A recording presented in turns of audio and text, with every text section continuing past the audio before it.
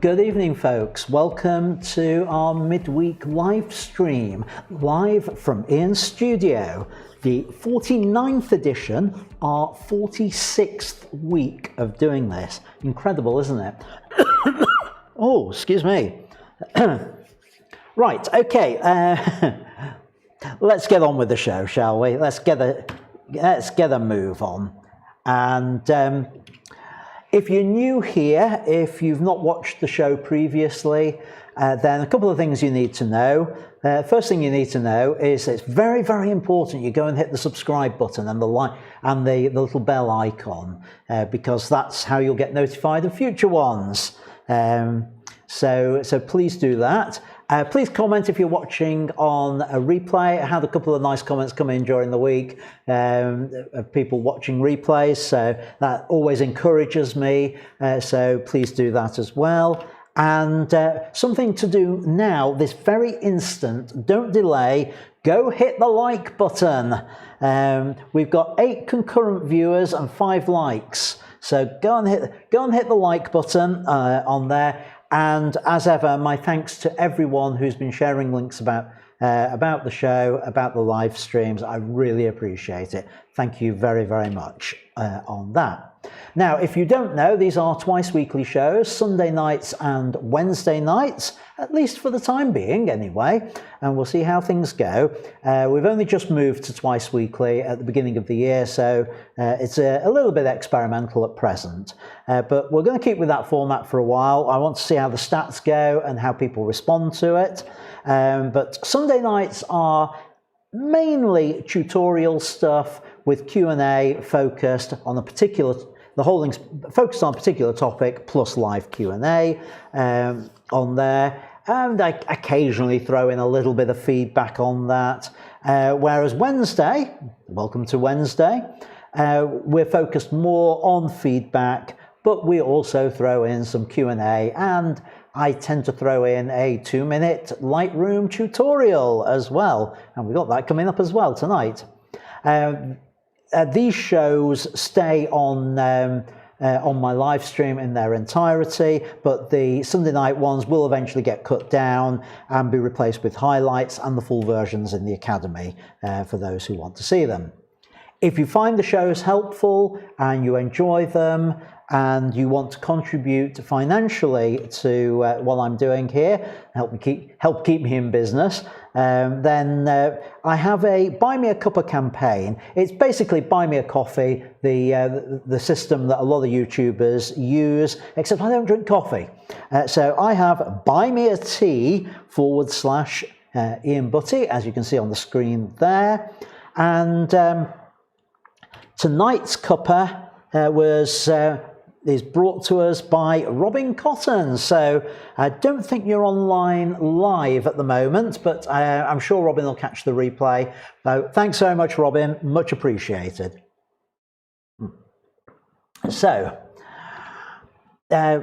we have a Facebook group. That's the link to it. The two very much go hand in hand, as that's where I get the images from, which I provide feedback on. That's where I get a lot of the questions from. So that option is there for you if you wish to join the group. I encourage you to do so, because it's where we keep the conversation going. We have challenges and all sorts of things going on there. So do join us. Yeah, my weekly newsletter, link to that's down below on there. So what have we got on the show tonight? Well, funny you should ask. Well, it's the feedback show, and as ever, the priority in terms of feedback is being given to the images which are sent to feedback@ians-studio.co.uk. So I'll deal with those first. I give more feedback about those. I'm able to talk about them more because I get the full set of shooting data, higher resolution and things like that. So I've had some from Gary come in that way, and Stuart Rees sent his top 10 from last year, so I'm going to talk about those as well. So those are on the show tonight. As I say, Stuart's top 10. I'm predominantly going through bingo challenge images tonight. We've got, for those who don't know, we've got a photo bingo challenge going on in the Facebook group at the moment, and really pleased with how it's going. We're getting close towards the end of it. For some people, there are 1 or 2 people who have been posting an image every day. We're on the 20th today, so 5 days time, we might have a winner for it. But for everyone else, just keep shooting. Keep filling your card in on there, because there's still challenge points to be won if you complete it within a time scale. Right, so after the bingo ones, I'll finish off with the other Facebook posted images as well. Oh, excuse me.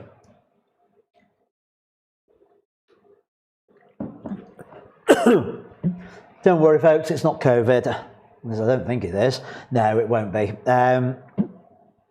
Right, I've got a Lightroom 2-minute tip coming up as part of the show as well. This is a part 1 of a 2-part 2-minute tip. So part 2 of the 2-minute tip is next week on the show as well. And live Q&A. So we will do. I've got one question that's just come into the Facebook group actually, which I'm going to try and answer on here on the show. So right, just to say about the Q&A, post your questions to chat if you've got them. Do remember there's a delay between you posting, or rather me speaking and you posting and me receiving your things from your perspective. That's because there's a delay from me speaking to you hearing me. It's all built into the thing. So if you have questions during the week, email me at slightly different email address. Contact me at ians-studio.co.uk, and those I can deal with on the appropriate show. Right, so let's have a look at the one question I've had tonight. I'm going to go over on here. Right, so the question is, actually I'm going to do, get this the right way around. No, that's the one I want. Oh, no, not that. Go away. Right, what we've got here is a question that came in from, I think, a new member in the group, Robert Lloyd Parry. So hi Robert, when you're watching this. I don't think he's able to watch live, and he wanted to know if anyone's got any experience of using Canon's EOS webcam utility for live streaming, and probed a little bit further, and this is where the question went. He's got a Canon M50, which he uses as a webcam, and a Yeti Blue USB microphone, but the audio and video don't sync when he's using the two together to stream on YouTube. Right, let me wind back just a little bit to actually explain a few things to do with this. First of all, I'm going to deal with this, although we're photography live stream, a lot of photographers are doing more video, and the Canon M50 is one of those cameras that people keep buying as a live streaming camera, and I'm partly guilty on that one as well, because I was involved with a team recommending it to use for our church as a streaming camera for the services there. And we use the web utility, the Canon webcam utility to stream. So basically what's going on is you're going to get this slightly out of sync issue whenever you have your microphone and your video coming in through different ports. Now, I'm guessing that there is possibly even a slight missync with this live stream. I believe it's minimal on here, but I'm just going to do a little test on here. So what I'm going to do is I'm going to clap my hands. I'm trying to do this in an angle where you can see it, folks. And I reckon that you will hear the sound slightly off from when you see my hands come together.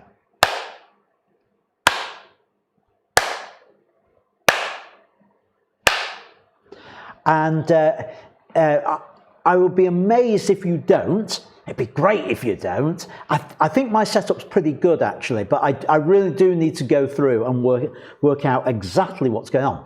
But let me explain. You've got two inputs. Depending on how things are connected, there are inherent delays. Think about it this way. The camera has to process the signal coming in from its sensor. It has to convert it into video and send it down the line to whatever is doing the broadcasting before the broadcaster can send it out.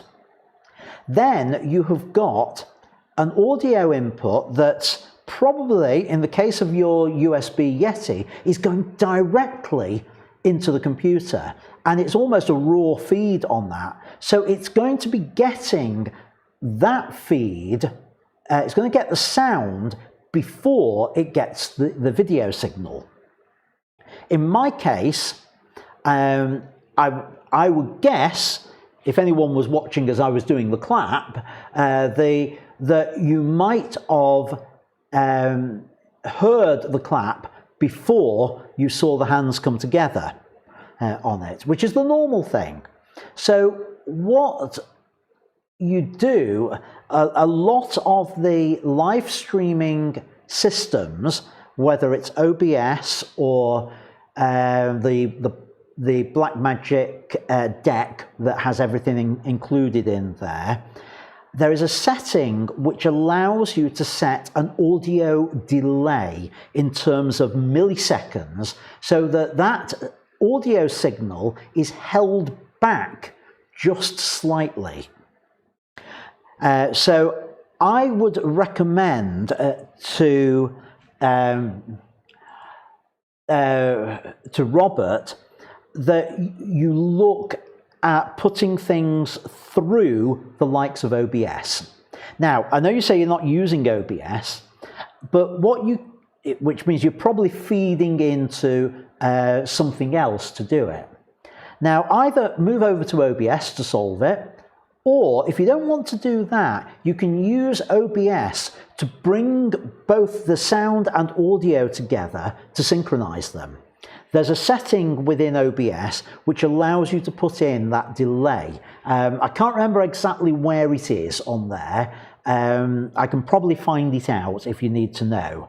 But have a look for that and try and get that, and try and solve it that way. You can also then use what's called the virtual camera from OBS and feed that into whatever you were using previously. So you can use it just to actually do the buffering for you and just have it doing that. And so that's one solution. The other solution, and again, I've not done this with the M50, but you can potentially, with a lot of these systems, put your microphone onto the camera. Now, you probably can't do that. Well, you can't do that with the Blue Yeti because it's a USB microphone. But if you've got something like what I'm using, which is the Rodeo Go, I'm not going to unplug this, otherwise you'll not. Sorry, couldn't resist that one. Right, no, I won't unplug it because you won't hear it. It just plugs into there and it sends the signal into. I put it directly into the computer rather than into the camera, but I could go via the camera on there. But something like that, tie clip night, 20 quid's worth, have an experiment with something like that going directly into the camera. and see whether that would solve it for you. So those are your options on that. I hope that's helped a little bit, and at least given you the background as to why you might be having those problems. So, no, let me find the right buttons to press. Right, there we go. Okay, so, right, I didn't see anyone comment about that clap, so I don't know whether it was in sync or not. I'll have to go back and have a look myself later on there. So, thanks, Robert, for the question. Anybody else who's got questions that are in any way vaguely photography related, do fire them at me. I can't guarantee I can provide total answers to everything, but hopefully I can point you in the right direction. Right, so let's move on and let's have a look at some top 10 images from 2020. A few shows ago, I issued the challenge for photographers to find your best 10 images from last year. And it's quite an art to actually narrow down your photographs to that. I've had 3 people rise to the challenge so far. And I really appreciate the images that have come in. It's been great looking at them. Robin's images last week were absolutely stunning. So, people are telling me that the clap was in sync. Brilliant. Great. Good to know that. It should be, because I think there's a default delay with OBS to account for it, but there's ways of fine-tuning it, which is literally doing the clap and counting frames and things like that to do it. So anyway, I issued the challenge to people to find your top 10 for last year. I've had 3 people rise to the challenge so far, and that's Robin, Peter Saltiel, and tonight's challenger is Stuart Rees. He's done his. Now, there's a couple of other people on here I'm going to call by name and issue the challenge to, because it really will help your photography going through and reviewing. So Gary Platt, I'm going to challenge you to find your top 10 from last year. I don't think I did no, I haven't done ones from you. And Richard Lovelock, I'm going to challenge you to find your top 10 from last year. If you need advice on how to narrow them down, go and have a look at the live stream from the beginning of this year, and that will tell you how to do it on there. So those are the 2 I'm issuing a challenge to, but anybody else wants to have a go at it, please do. Please have a go at that challenge. It will help you, because you're having to think about your images on there. So let's have a look at Stuart's top 10 images. I've prepared it as a slideshow. Once that's over, we'll come back into Lightroom and I'll go through some of his images, not all 10 of them, but just make a few comments about them. So see you on the other side of the slideshow.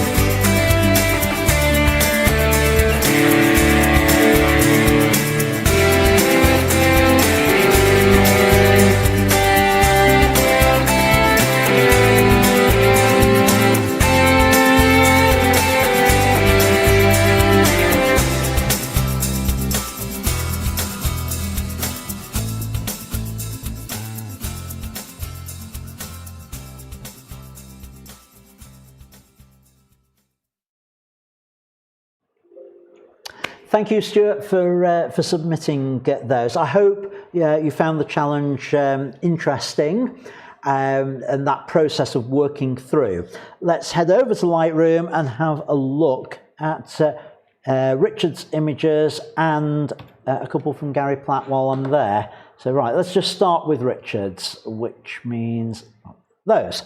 So 10 images from, sorry, Richard, from Stuart's images. Right, okay. Right, first one, I love this idea of the guitar, which is the first one, and it worked well with the electronic music that I chose for the slideshow. I love the two different colours, lights on there with it, and looking at it, 160th of a second, both done with gels. I personally think it's a little bit underexposed, so I'd be tempted to bring it up a little bit on there, maybe the shadows just a touch, because I'd like to see the edge of the guitar and not just the decoration side of it on there. That's personal preference on that. Right, this one, the lingerie model shot. Couple of things about this. I like the feel of this. It's got a nice sort of touch to it. A couple of things I particularly like is you've got the gap on this side between the arm and the body, which if people remember from Sunday's show, I was saying about doing that. It's a shame we've lost the arm on the other side with it. The black and white conversion is really good on it, so well done for, oh, what? Yeah, wrong key. No. Sorry about this, folks. Right, black and white conversion's really good. I was looking at the skin softening on there, and I suspect what you've done is you've softened the whole image rather than just applying it to the face on it, because the hair has lost a lot of detail in it, and I think that's a shame. I've done skin softening a few times on the live stream to explain how to do that. So I would recommend having a look at those and try and get the hair sharp and the skin soft, and bring the details in there. It's either that or it's a little bit out of focus. I don't believe it can be that. I think it's over softening of the skin with it. I do like this one. There's something very minimalistic about it, very minimalist about it. It appeals with the lot of negative space in there, and the fact that it's a very long exposure to just sort of blur all the water in it. Good black and white conversion, nice shot on that. This one, lingerie shot, doesn't do much for me as an image. It's a little bit cluttered as a shot. We've got just the edge of a table in there. We've got this line going directly through her head on it. I would think something like this needs to be a cleaner shot, and I don't know whether we can achieve this by cropping. I'm going to have a go, which means I will lose the idea of it being 3/4 full length. Try and find a crop that's going to work. I don't like the crop on the left arm, but I'm going to go with it anyway, just because I want to try and show what could be done with this. So something like that. I think the arm needs to be different. It's a much cleaner shot with it. Get those verticals straight. And then I think what it needs is a black and white conversion, really, for it. Will give you a better thing. Now, having done that, I now need to lighten the skin tones with it. To pick, actually, I'll go full screen so you can see it. If I pick the picker on there, find the skin tone and just raise that up, and we end up with something a little more like that. I think is better for it on there. So to there and that. Right, other ones to comment about. Yeah, just watch, and it's a general thing, Stuart, edges. This one, the petal on there is just getting to touch the edge. I think it just needs that little bit more space to breathe on it, because if you were doing this as any form of print, it would end up clipping the edge on there. And similarly with this shot, she's very, very close to the bottom of the frame here. I do like what you've done with this, but I think it would benefit from a little bit more separation from the background. Now, we can actually do some of that in post-production. We can cheat it. I'll go full screen so you can see better. What I'm going to do is we've got nothing really high up on here, so we can bring that in a little bit on there, bring the highlights down. So that's given us a bit more separation around between the subject and the background on there. I'll just tease that just a little bit. Now, what else do we need to do? I think a little bit of texture, not much, just a touch would be needed on there. And to bring that back into darkness behind her, I'm going to use one of my old standbys, which is a vignette. Now, I'll do it through one of my presets and just go through until I find one that looks about right. And I think we could just about, yeah, I think that one would do it. So let's have a look, before and after. Before, after. So we've just brightened the center of it a little bit. Now, if I want to bring that up even further on the face, I would use an adjustment brush, which is K on the keyboard, and reset everything by double clicking on effect. And then I'm just going to bring the exposure up. I'm going to bring it up by one of the bit stops, but I've got my flow really low down, which means I can just paint in exposure where I need it. And I just want to bring it a little bit more there, a bit more on the flowers, like that. And I do something like that with it. So again, before, after. And it just brings her out from the background a little bit more on that. So there we go on there. Yeah.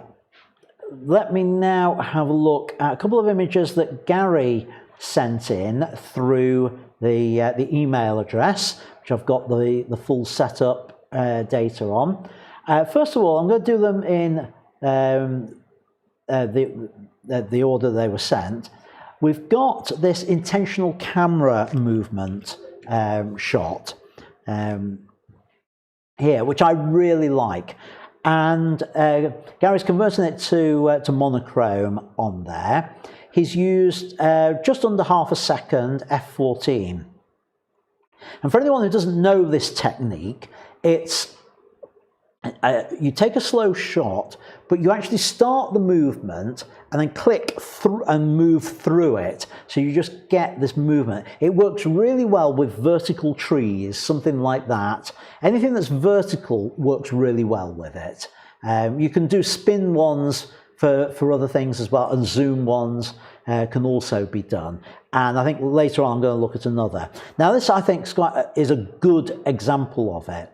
The only thing to watch, Gary, is you're at 32mm, which means the movement you have to do, because you're wide angle in there, it's going to have to be quite big. So if you don't want to move quite as much, then or you can actually zoom in. Again, it depends, but remember that the wider the angle, the more the movement has to be for this sort of effect to work.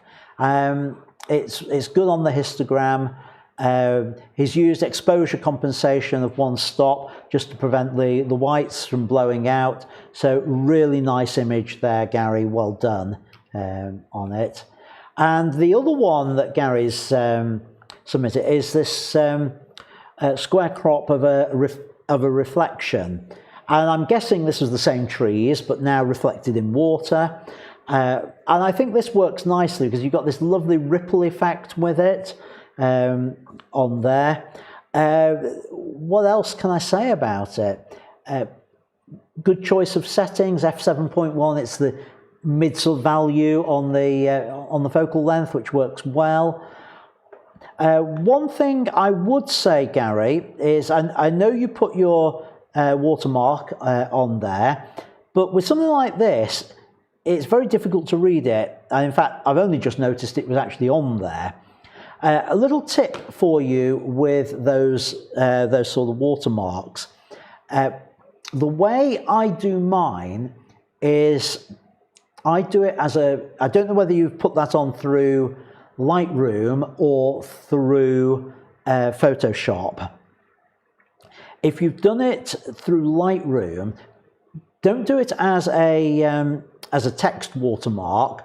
Do it as a graphical one and create your watermark in Photoshop as a PNG with transparency in it, and build into it a shadow and potentially a border, so that it will work on either a white background or a black background or a grey background, which means whatever you put it over, it will be visible.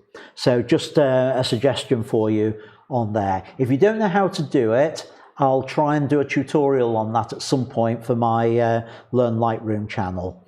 I really ought to do something on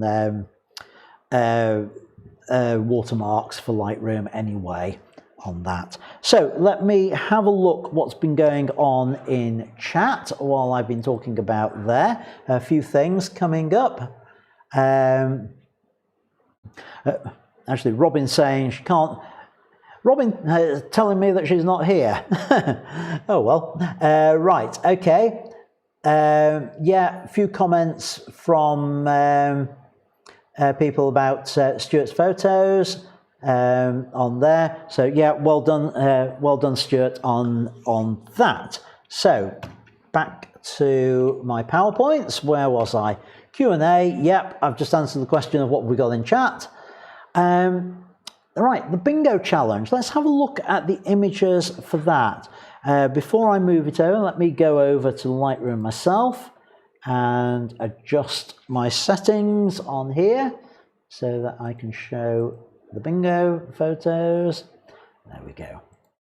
Now this is the biggest bulk of images to provide feedback on, so let's head over. And now all these have come via Facebook, so I don't have the shooting data for them, other than where people have told me and I can remember. The problem is trying to compile all that information and remember it while I'm doing the live stream.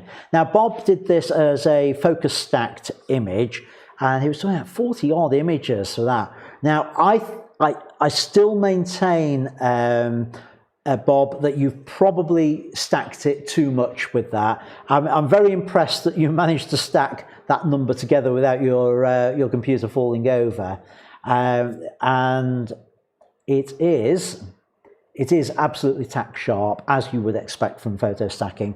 Now I know some of these hairs come forward and backwards, so it does need to be deeper than it is. But when I do something like the Dalek one that I did, which is I'm covering an area of what, about 4 or 5 centimeters, something like that.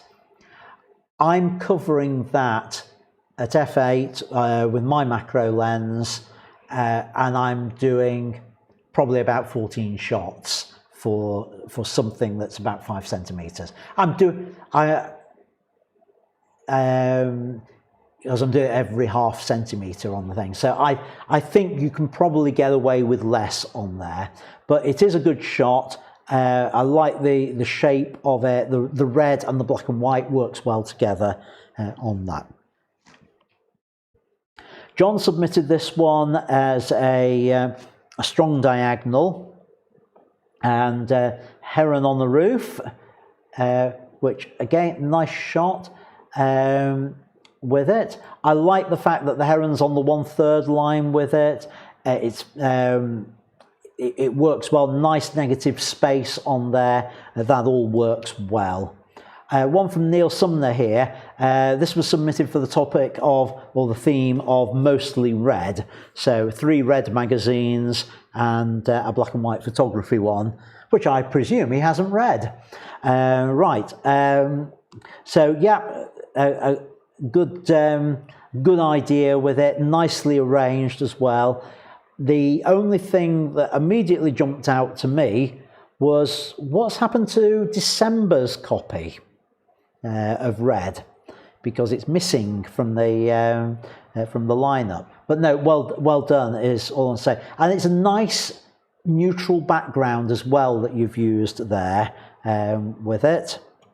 That works well on there. Oh, that's why I don't do it full screen, because I can't see whose image it is. Yeah, Peter, I really like this. This is so clever. The theme for the bingo was waterfall. So rather than photographing the waterfall, he's found the name of a track called Waterfall, which I believe was Stone Roses, I think, one of their albums. And whilst that's a little bit of bending of the rules on this, I'm letting this one through because he's been really creative about it, both in terms of choosing the idea of a track, but the way it's been photographed as well. He's chosen an angle to be able to just highlight the one word by using a selective shallow depth of field, and by and then to place it on the 1/3 line as well. It just ticks all the boxes on there. So really well done, Peter, on that. David, don't know if you're watching tonight. This was a mostly red topic, and it's an interesting shot. It certainly meets the criteria. I'd like to see the angle slightly differently. I like the idea of the strong diagonal going through it, but I'd like to be able to see what's actually in the containers. So I think just tilting upwards and down a little bit so we can see what's in there and what they're all about, because I'm intrigued with it, but frustrated because I can't see what it is that you've photographed in the image. It's very slightly underexposed as well, so just actually not much, because that does it over. No, you might be. If anything, it's just maximum of a third, 1/3 of a stop. I wouldn't go any higher with it on there. Linda, this was, I think, for parallel lines, and she was talking about spirit levels to get all this nicely leveled up. Now, Linda, I don't know what you use for editing your photos. I can't remember. I think you've probably told me in the past, but I just can't remember what it is. So, if it's the technique I'm going to show you will apply to just about any bit of software, but you'll have to do it a different way. First of all, if you go and use in Lightroom, the R key for rotate, as you've got the O key for the overlay, and you can go around so you get the grid on there, and then you can rotate it until everything lines up with that grid. And just about every cropping tool has that capability in there, so you could do it that way. But I'm not going to do it that way. So reset, and this time come out of the that. I want to show one of the other tools, which in Lightroom is the transform. Now, the way I'm going to do it in here, this was a this method you can do in things like Snapseed if you're using a phone or something like that. Rather than drawing lines to level everything up, I'm going to just use the controls on here. And I could do it with just a rotate on there. And has that got it right? It's almost right, but it's still not quite lined up. I need to put in a little bit of horizontal realignment. And I'm looking at this line here and the top line up there, that as I do this horizontal movement, can you see how I'm watching those until they line up to be parallel with my grid? And it's about there for it to work. So now I can just say constrain to crop, and we've got it lined up that way. I think exposure-wise, you're good. If we look at the histogram, everything's good on there. That's fine on that one. So moving on. I have to mention this one from Laura. Very inventive way of doing a full moon shot. I believe this is a lamp in the form of a moon, but she's placed it on a window ledge so it looks as though the moon is outside. Very, very cleverly done on there. There is a strange colour cast to it. It's got a magenta purpley colour cast. Now, I don't know whether you did that intentionally or not, Laura, but it does seem to work for this image, but I'm intrigued to know what this would look like if I took the colour cast out. So I'm going to do that in here, in basic, grab the thing there, and that is what it would look like without the colour cast. So yeah, is it equally possible on it, on there. So you can play around with that sort of colour cast on it. Reset that. So I quite like it with the purple. I quite like it without. So nice shot on there, well composed. Richard, you were asking about the black and white or colour version of this. I would say colour, but I think it needs a little bit of processing in that it needs clarity on there just to sort of help bring that out, and it probably needs a little bit on the blacks and slightly desaturating, but not on the blue. So I'm going to do this on use HSL colour, and the orange I'll do it with the with this. I can just bring down the orange a little bit on there, so that is now looking a little bit more brick-like. Yes, I do know you get bricks like that, but it just looks that oversaturated to me.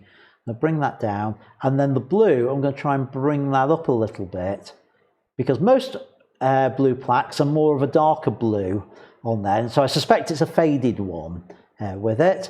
So if I do the luminance as well, and just bring that down, we've actually restored it back to its normal state. So that sort of thing I would do with that for it, Richard. And oh, wrong key again. Right. So we move on. David, another one of his still life of various things to do with Remembrance Sunday. It looks a little underexposed with it. I think it just needs a little bit more on there. on there. I think that's all it needs with that. Nice one, John, with the flower. Lovely sharp focus on the stamen in there.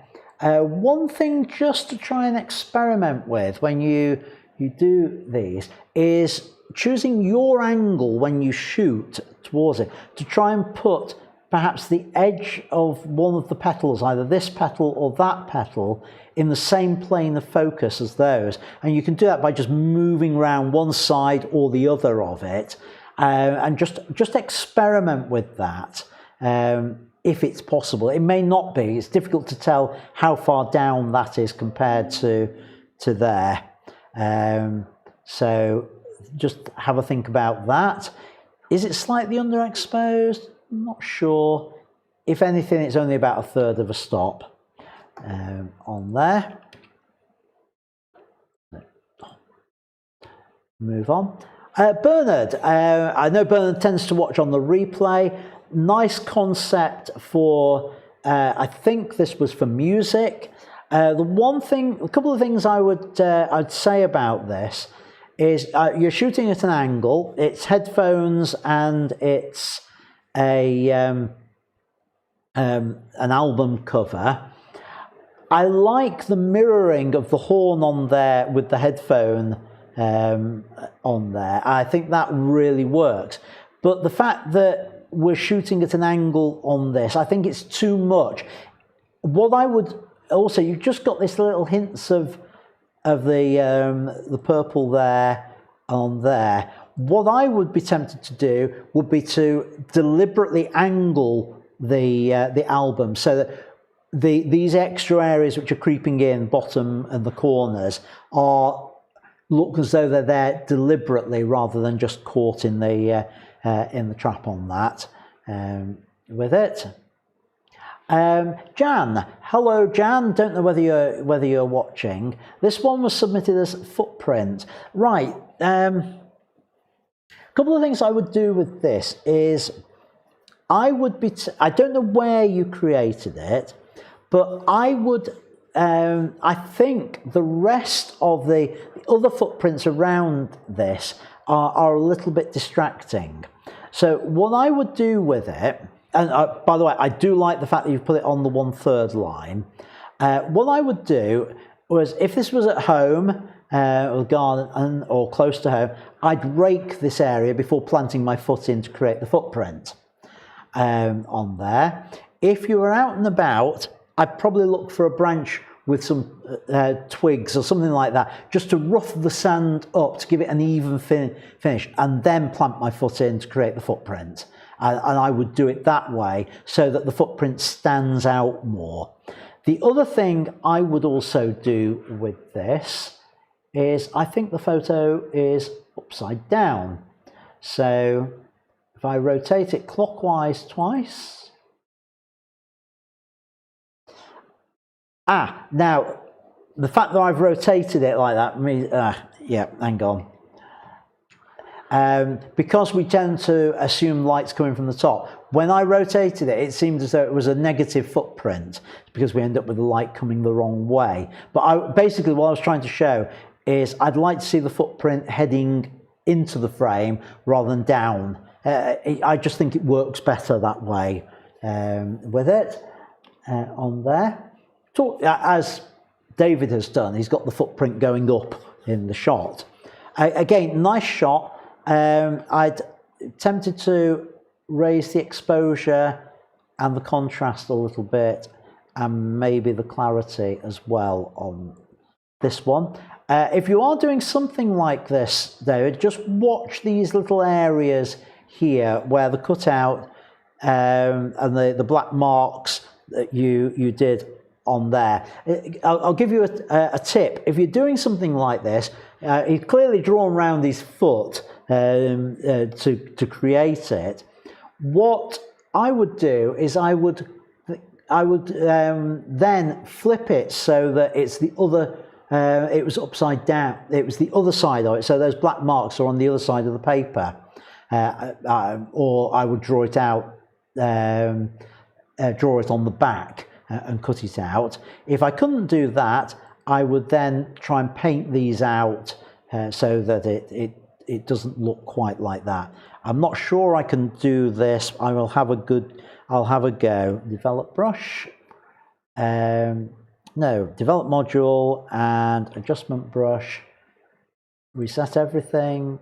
Exposure down. Highlights down. Shadows down. Flow up. So in theory, this should be a paint black brush now. Can I just paint black on here?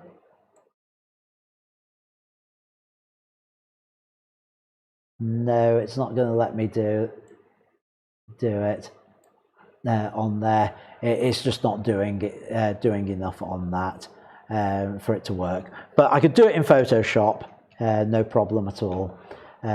So that's what I'd suggest on there. Another one of the robins. Now, this looks like there's a river running under a bridge. It's not. It's done with a mirror. I really like how that works. It's brought out just enough detail in the shadows on there and preserved enough detail of the highlights of the sky with it. Nice shot. Verticals look vertical as well. So all in all, a good shot. We've got this nice sweep in with it as well. So nice one, Robin. Linda, distortion.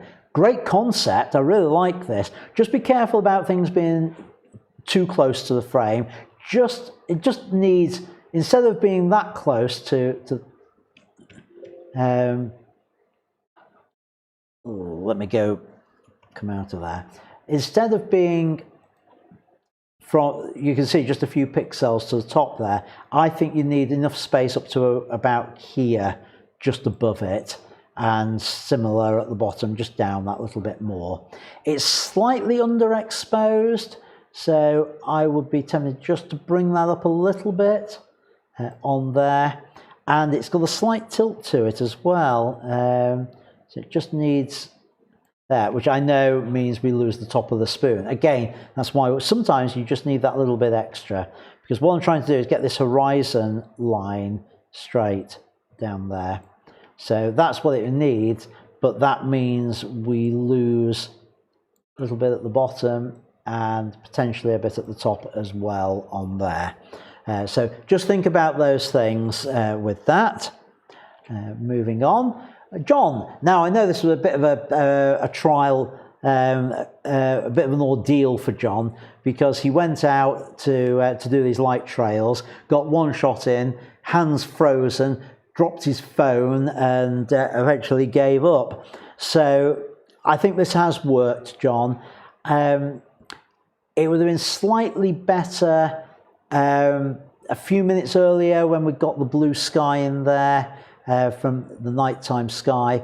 But no, all in all, not a bad attempt. I recognise the junction in Gatley on that. And I would be tempted with this just to see if I can get a bit more of that detail in the shadows in the sky on there. Maybe just bring the highlights down a bit. And it looks slightly desaturated to me. I don't know whether that was deliberate, but just bringing that back in. Before and after, that's the slash key, top left to bottom right. That's my version, that's without. So it's subtle on there, but nice shot all the same. Oh, yeah, nice idea, Laura. I like the balancing of the two circles, kept on the third lines, the quirky angle to it. Yeah, and the shallow depth of field works as well with that. And this was what I was saying, Bernard, about your album, about tilting it so that it looks deliberate. You see how Richard's done that with the phone here, with the clock on, so that it's deliberately at an angle. I would be tempted, Richard, with this. I'd be tempted to try and avoid that being completely flat up there. So I would probably try... Let's see. Something, oh, this is a bit tricky. I'm just trying to do that. Now, can I Yep. I'd be tempted to do it a little bit like, I'd like a little bit more of that triangle there. So it's a much tighter, tighter crop on it. I don't know whether I can tilt this anymore to create what I want, because this edge here. Yeah, just about something like that. That's the way I would do it. I would like to lose the four corners on that tilt with it. But that's a personal preference. Your way works as well on it. Could be a bit brighter. That's it. On that one. Anthony, right. Underexposed with this. Look at the histogram on there. I know you have the histogram on your camera because you sent me screenshots with it.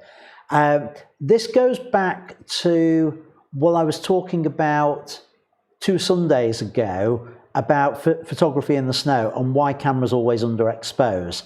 So have a look at that, because what you actually want is something up here. It's usually about a stop and a half, so you get something like that. And if you're doing any editing on it, look for something like texture. I think you've used Snapseed in the past, so that has a thing called structure, which is the equivalent to texture and clarity. So something like that, so we can see a little bit more detail of the snow.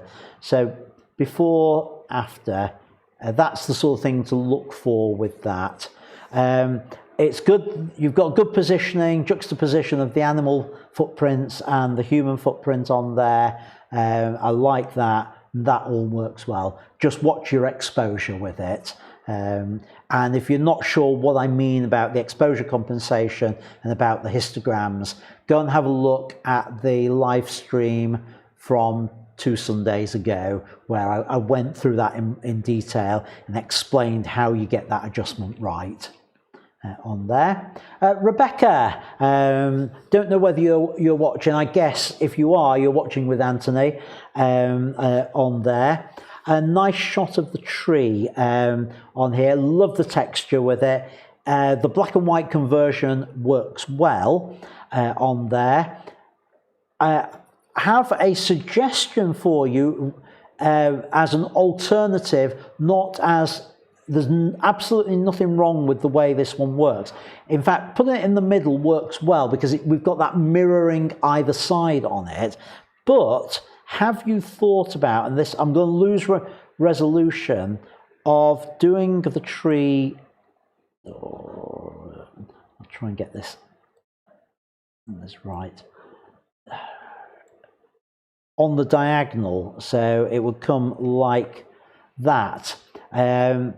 But if we had your larger area but shot on the diagonal is also an interesting way of doing it. I'm not saying one's better than the other with this, but it's one of those things where it's worth experimenting both ways with your shots. And I don't know whether you'd thought about that one, so wanted to mention it as a possibility. Like the fog shot here, a couple of things just to watch with this one, Rebecca, is at the bottom here, you've got a little bit of a fence, a little bit of a foreground in there. I'd like to see more of that rather than just the top in this corner. Or if for some reason it was awful and you couldn't put that in there, then go the other way, go above it like that to lose it altogether. But to be honest, I think it really needed a little bit more of the foreground in there with it. Do we want to dehaze it? Probably not, actually. Yeah, no, we definitely don't on there. So that's there.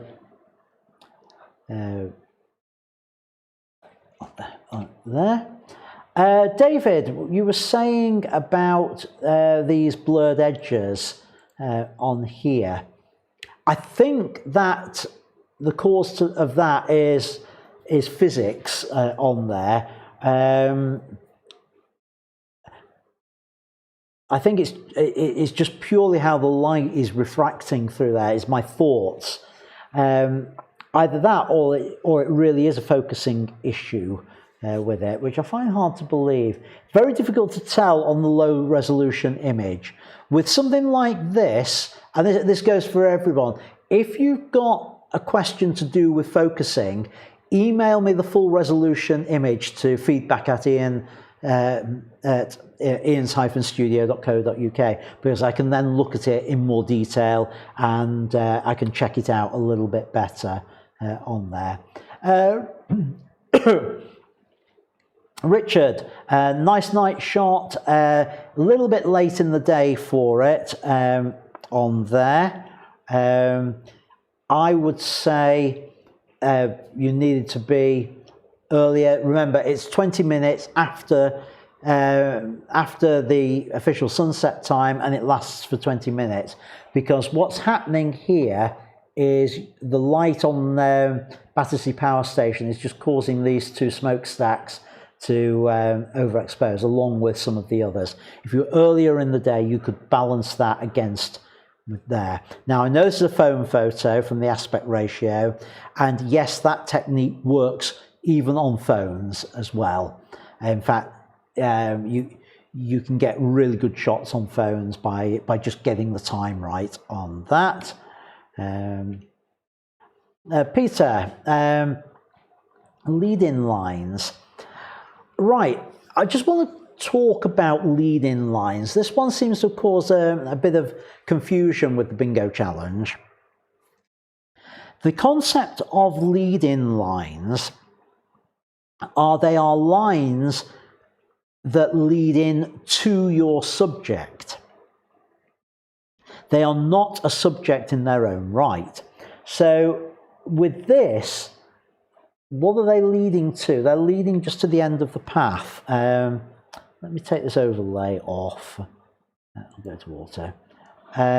Oh, I've got this one wrong. I'd labelled it up as Peter Stanford, and it's Peter Saltiel on the thing. So my apologies to both Peters on that one. Yeah, the lead-in lines should take you to a subject. So this would work if there was a person standing here, or there was something there.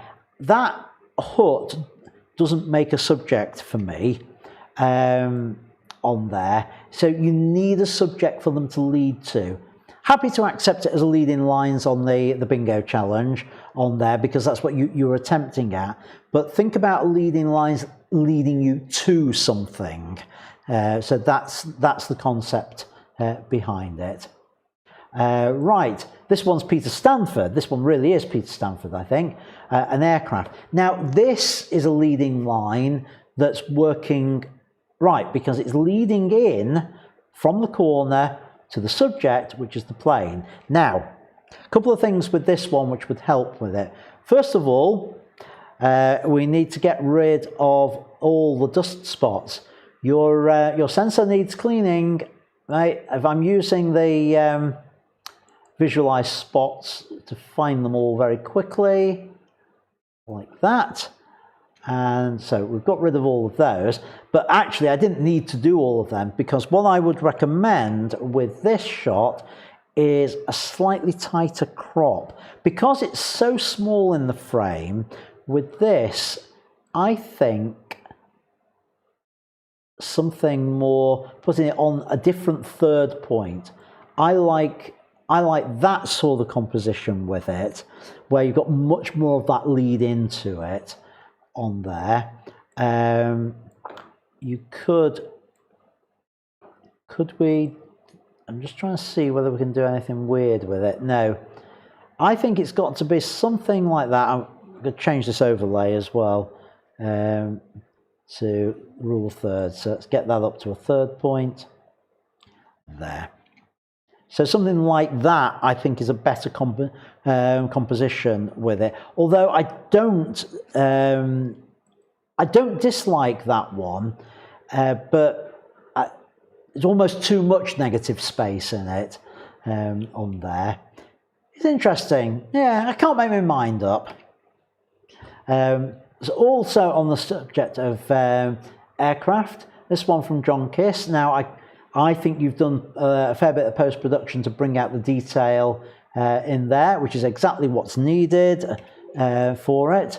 So well done. I like effectively a framing element of the roofs on there. Works nicely with it on there. So good shot. Shame the sky was grey. Always a shame the sky's grey. Right, Laura, you wanted to know about this one and how best to frame it and crop it. It's a bit of an awkward one. I'm going to go in to here first of all and just see what happens about trying to straighten it up, which you see, if I just rotate to straighten it up, we start losing the head of the bird. So I'm just not going to do that. So let me reset that on there. I'm going to do it using the transform tool, and I'm going to run through the various ones on here and see what we get. Auto, again, we're losing the top on there. Level, verticals, again, we're losing those tops. So what I can do is I can scale it down, see if I can get the top back in. So by doing that, I can just about get the top of the bird in. And having got the top of the bird in, I don't think that bit over on the right is actually adding much. So if I come into there and into here, like that, and just in a touch there, I think that's probably the better crop. Where it's a shame the bird's central, but let me just talk about the technique so that you get these verticals correct. I think I have mentioned this before, but just for the benefit of anyone who doesn't remember, the idea is if you're tilting the camera down, you will get converging verticals coming in. If you tilt the camera up, you'll get converging verticals upwards. So if you keep the back of the camera perfectly flat, perfectly vertical, all your verticals are going to be up. Now that would mean you need to lower the height of the camera to a midpoint of the fence that you're photographing. If you shoot at this height, the mid height of that fence, then and keep your camera back, that would have meant we didn't need to do that adjustment. You could then have had the space in front of the bird for it to look into on there. Nice idea, and so yeah, it won't do a before and after on the crop. So we've gone from there to there with it. So yeah, I think it just needs that little bit of a crop and straightening on there. So how are we doing on here? Oh, still got a few to go on this. But you'll be pleased to know, once I get to the end of the bingo ones, there's very few others to do after that. Linda, right, a couple of things on here. White balance, there's an orange tint on here. So I'll correct that first of all. We can see it's underexposed. Look at the histogram there. So bring the exposure up, probably bring the clarity up a little bit on there with it. Nice idea. I like the placement of these two coins to act as a lead-in line to it on there. I would just like a fraction more space round the 10p piece, or we deliberately make it obvious that it's intended to be out of the frame like that, which means we can just bring that down fraction. So I would go with a crop like that actually. I like it just out of the frame leading in with it. So yeah, so those would be the things I would do on there. Richard, this is a weird one. There is some serious barrel distortion going on here. Look how these windows are tilted in. There, those are straight, but those are tilted in, and it seems to be happening up here as well, so bending in. So again, I'm going to the lens correction. I'll see whether enable profile corrections can do anything for it. It hasn't really done a great deal on there because we haven't got any shooting data. So I'm going to do this manually, and the distortion. So I'll just try and bring that I can't get rid of all of it, but I can help with some of that distortion to try and straighten things up a little bit on there. It's a weird one.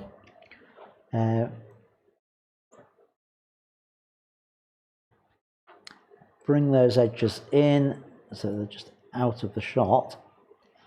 It's still got some, it's still bending here in weird places, and I don't know what's caused it on that one, Richard, but I would, I'd have a think about that.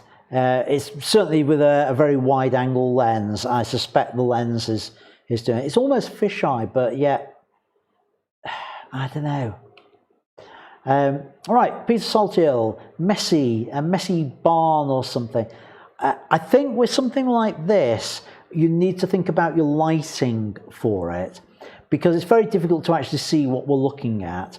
This would work if we'd had, what I would recommend is an off-camera flash positioned just out of shot, so it's casting shadows across this area, and that would allow the texture to stand out with it. So just get a flash gun. I don't know whether you have remote triggers, but on the floor so that you cast these shadows, because at the moment with very flat lighting, nothing's standing out on there with that. I said we'd have some more deliberate camera movement. Linda was experimenting with it, and the zoom one is quite a tricky one to do unless you're on tripod with it. Oh, excuse me again.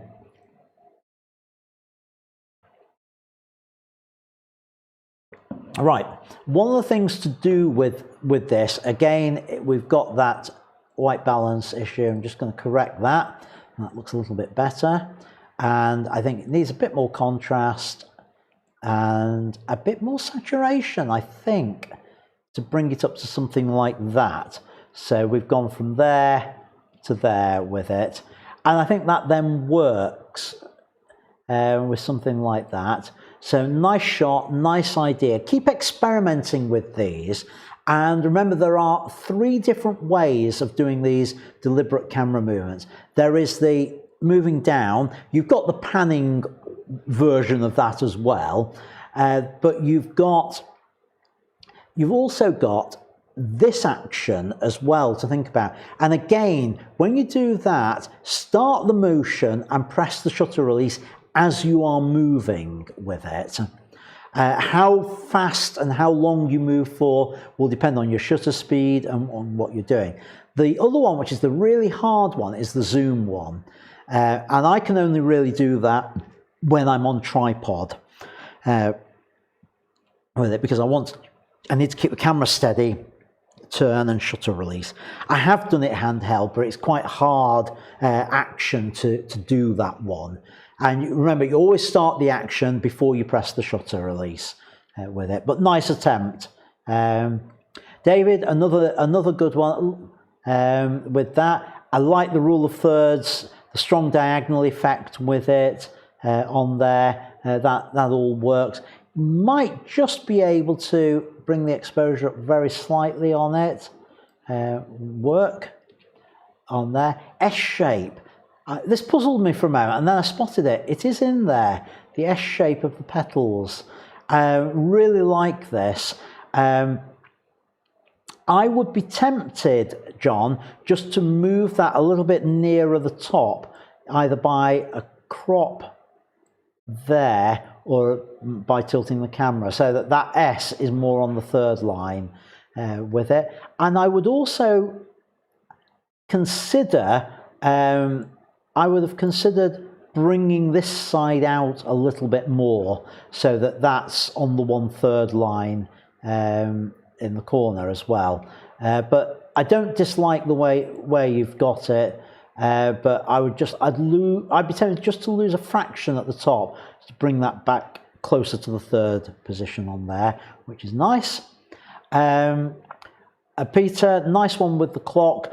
I'd be tempted to go even further round on the angle with it. One thing just to mention, there is a tradition with clocks about what time it says when you photograph it. And there's really 2 times I would set for a clock. I would either set it 1 minute to midnight, or you do 10 to 2. 10 to 2 is meant to be the smile, the clock smiling, and it's meant to be give an impression of a happier clock face. On there, just think about that. You could, I like the shallow depth of field, but I'd like to see it come in and go out. So where is the thing that you're focusing on? The moment our point of focus is 9. I think it ought to be something like 11 or 12, and we just see the focus come in and then go out, and you could achieve that by coming around just a little bit and shooting a little bit more along the side of it. With there, nice one with the rain on the windscreen. Those of you who are in the northwest of England, plenty of opportunities for this one just at the moment. And while I was talking, I saw it flashed up on my phone that certain bits of Manchester are now having to be evacuated because of floods, particularly around the Didsbury area. Just flashed up. So see, not only are you getting photography training, you're getting live news updates here on that. Yeah, it's just popped up again, around 300 homes being evacuated in Didsbury and Northern due to flooding danger. Youch. I know that area because I go running around there. Right, this one now, again, first thing to do, set the white balance, get the white balance right on it. Again, I've used the dropper tool to do it. The challenge was to get the border on here. And I think the way to do this one is edit in Photoshop. I'll do this one quickly.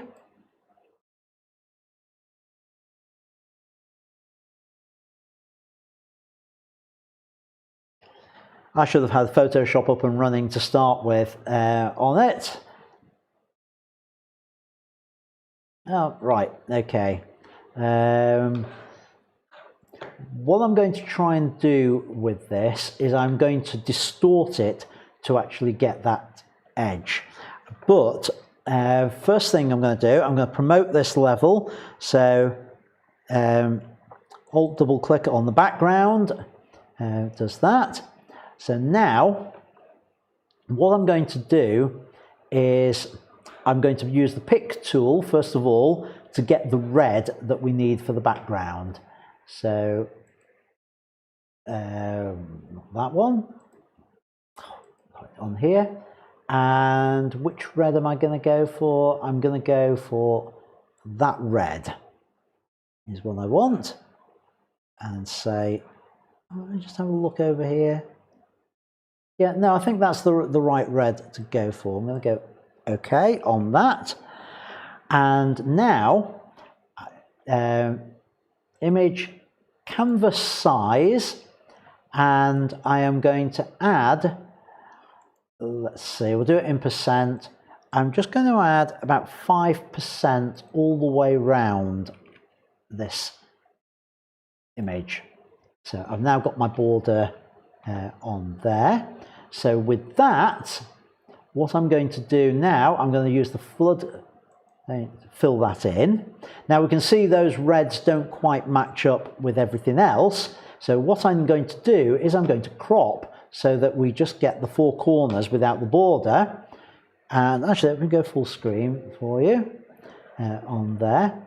So I get the crop tool, and I just need to zoom out very slightly on this. Now, if I remember rightly, oh, they've done it, done with it. That's my grid. They've removed a function from here which used to allow you to move one of the corners independently. So right, okay, can't do it that way. So escape from Control Z. Cancel that. So right, I'm going to have to do this a slightly different way then. I'm going to put a couple of guides in here, and I'm just dragging off the margins to bring these guides in on the four sides. Down to that. You'll see the significance of those in a moment. So I'm now going to edit, transform. I'm actually going to use free transform, which is Control T. And now, that's right, if I hold the Control key down, I can move that until it sits on, until the white sits on there. And I'll have to keep going round in circles to get this to work. That's sitting on.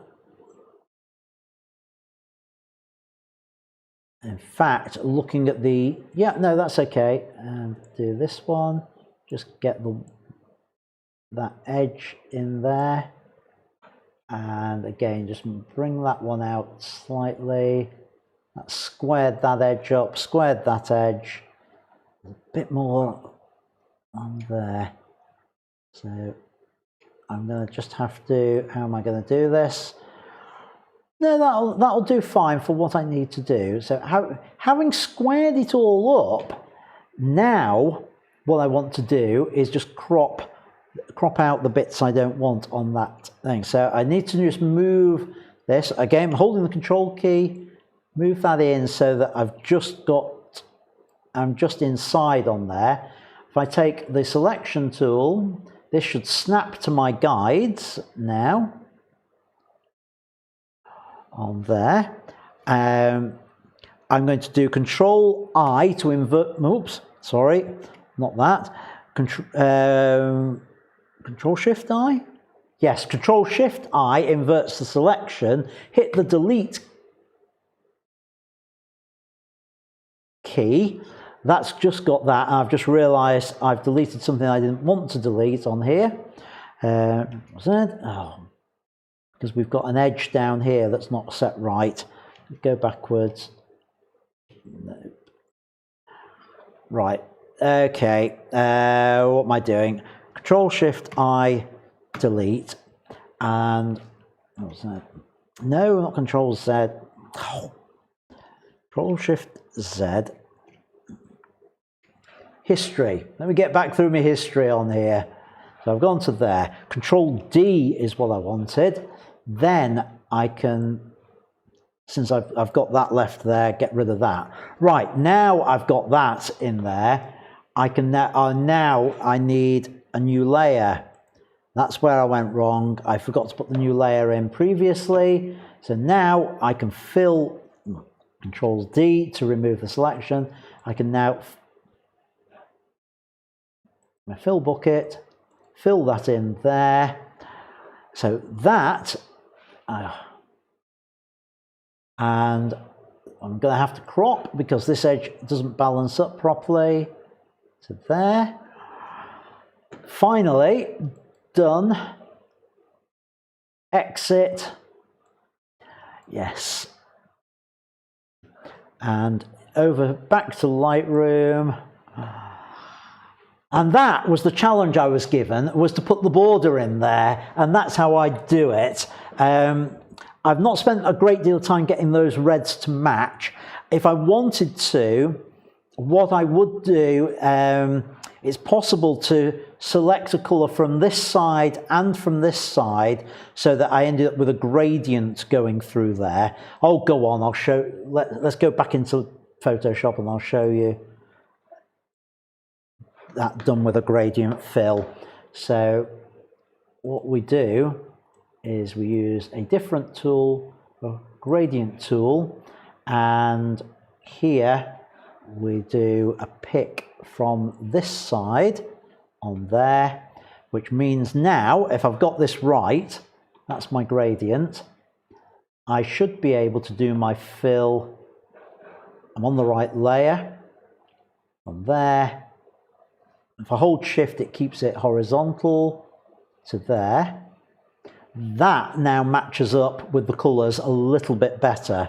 So exit, save, back to Lightroom, and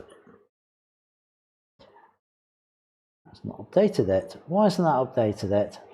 There we go, has now. We've got that colour gradient, so it matches just that little bit better all the way around. Wow, that one took a little bit longer than I'd anticipated on the thing for adding the border into there and squaring it all up. So right, now let's have a look what we got left. I'm going to do these for you very quickly now. Nice Robin, Peter, on there. Slightly out of focus here. You might be better up going from higher up coming down so that we've got a bigger depth of field on it with that. And also don't forget, get your white balance right on that. Like this one, Neil, it's an interesting concept with it. I'm not quite sure what I'm looking at, but it does work as an abstract. Great. And lovely sharp image from Robin of the Amaryllis. I'm still bothered a little bit about this one being cropped off on the left hand side. I'm not sure whether I like it or not. Can't make my mind up on that, but everything else is absolutely spot on. Lovely sharp shot. Amanda, I want to talk about this one because this was rainbow colours. Now here's the thing I'd like to see with this is I'd like to see the colours arranged. It does have all of the colours. We've got Richard of York gained battle in vain, or in vain, whichever way around it is, on there. That works nicely. They're all in there. Not quite sure of the significance of the book. It doesn't appear to be one of the colours. Beige isn't a colour of the rainbow. I would then have tried to arrange them in the order of those colours. There's red, yellow, orange, green, blue, indigo, violet, in that order with the composition on that. And that's it from there. So let's have a look what's been going on in chat while I've been talking about those. That wasn't, yeah, that was chat on there, but not on my screen. So, oh, come on. Right, yes, a lot come on in here. Right, yeah, Laura on Richard's account, she likes the colour change. Yeah, Richard's saying his shot was after work, yeah. Panorama mode, right, yeah. Swap running for swimming, not sure what that one was about. Right, oh, that, yeah, the book was for green. There was a green in there with the Pritt stick anyway on that. So, that's all those. Back over to my slides. And what have we got next? Well, that was that. I've got a 2-minute tip for you, then I've just got a few more images just to look through. This one is part 1 of a 2-part 2-minute tip. So, enjoy. Hello, welcome to a new 2-minute tip. In this video, I'm going to look at how we can use a smart collection to find any raw files that need converting to DNG.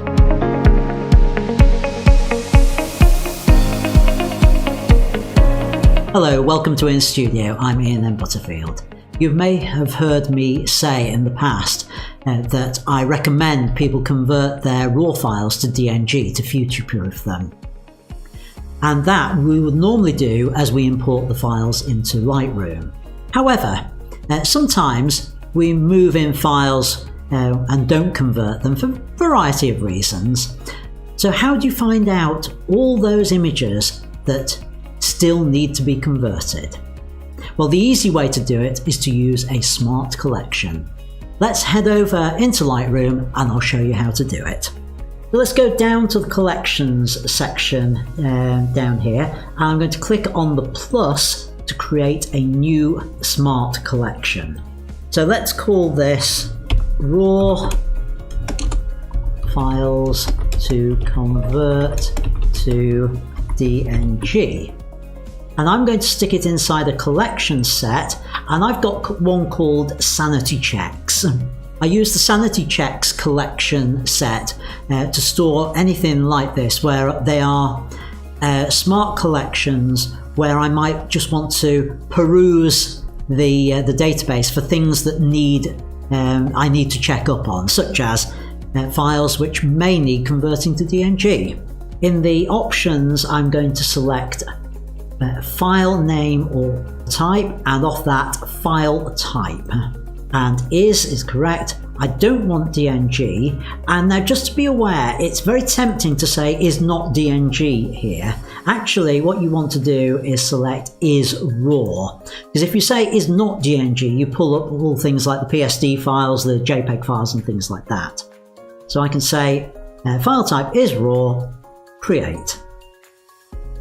That will add my new smart collection underneath Sanity Checks, and inside there it's come up with all the images it's found in the database that need converting to DNG, and by the looks of them they're all in one folder.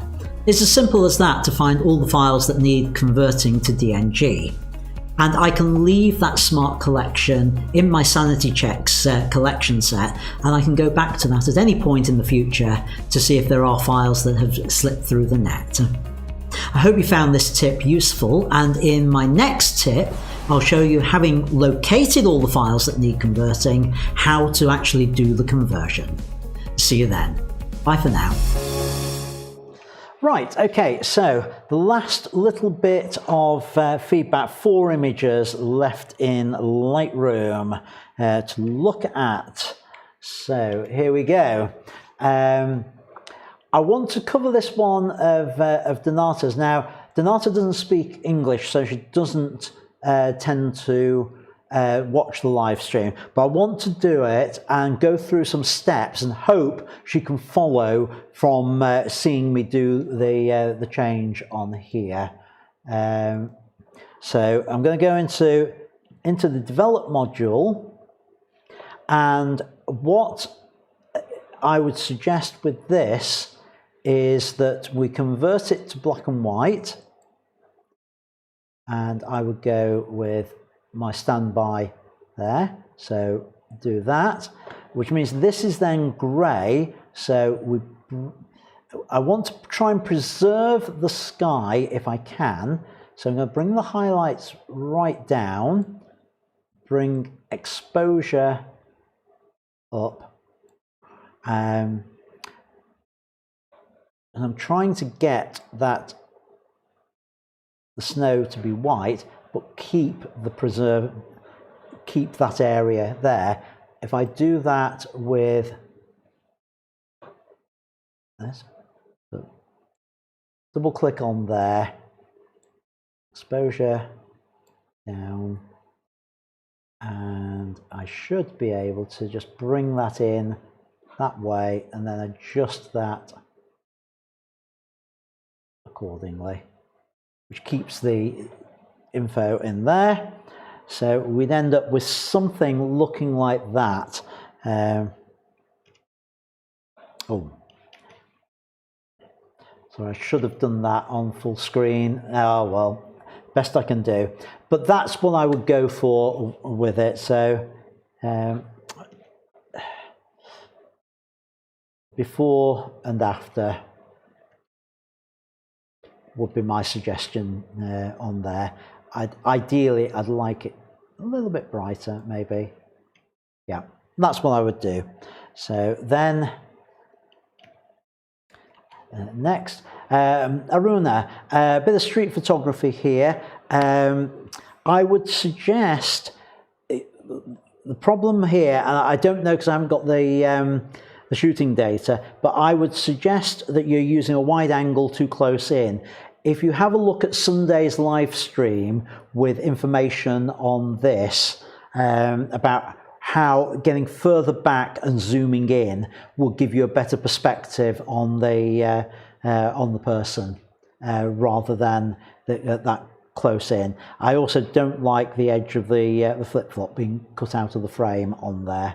With that, John, I really like this looking down one. It's a really nice abstract with it and works really well. And I think the colour palette on it has worked as well. The blue yellow on there.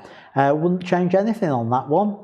Again, another street photo from Aruna. I'm not sure about this one. I'd like to have seen it a bit sharper because when I zoom in, everything's a little bit blurred on there with it. And I don't think the pose is particularly flattering or interesting of someone scratching their backside on that. So I think it needs a different pose with that on there. The black and white conversion works well.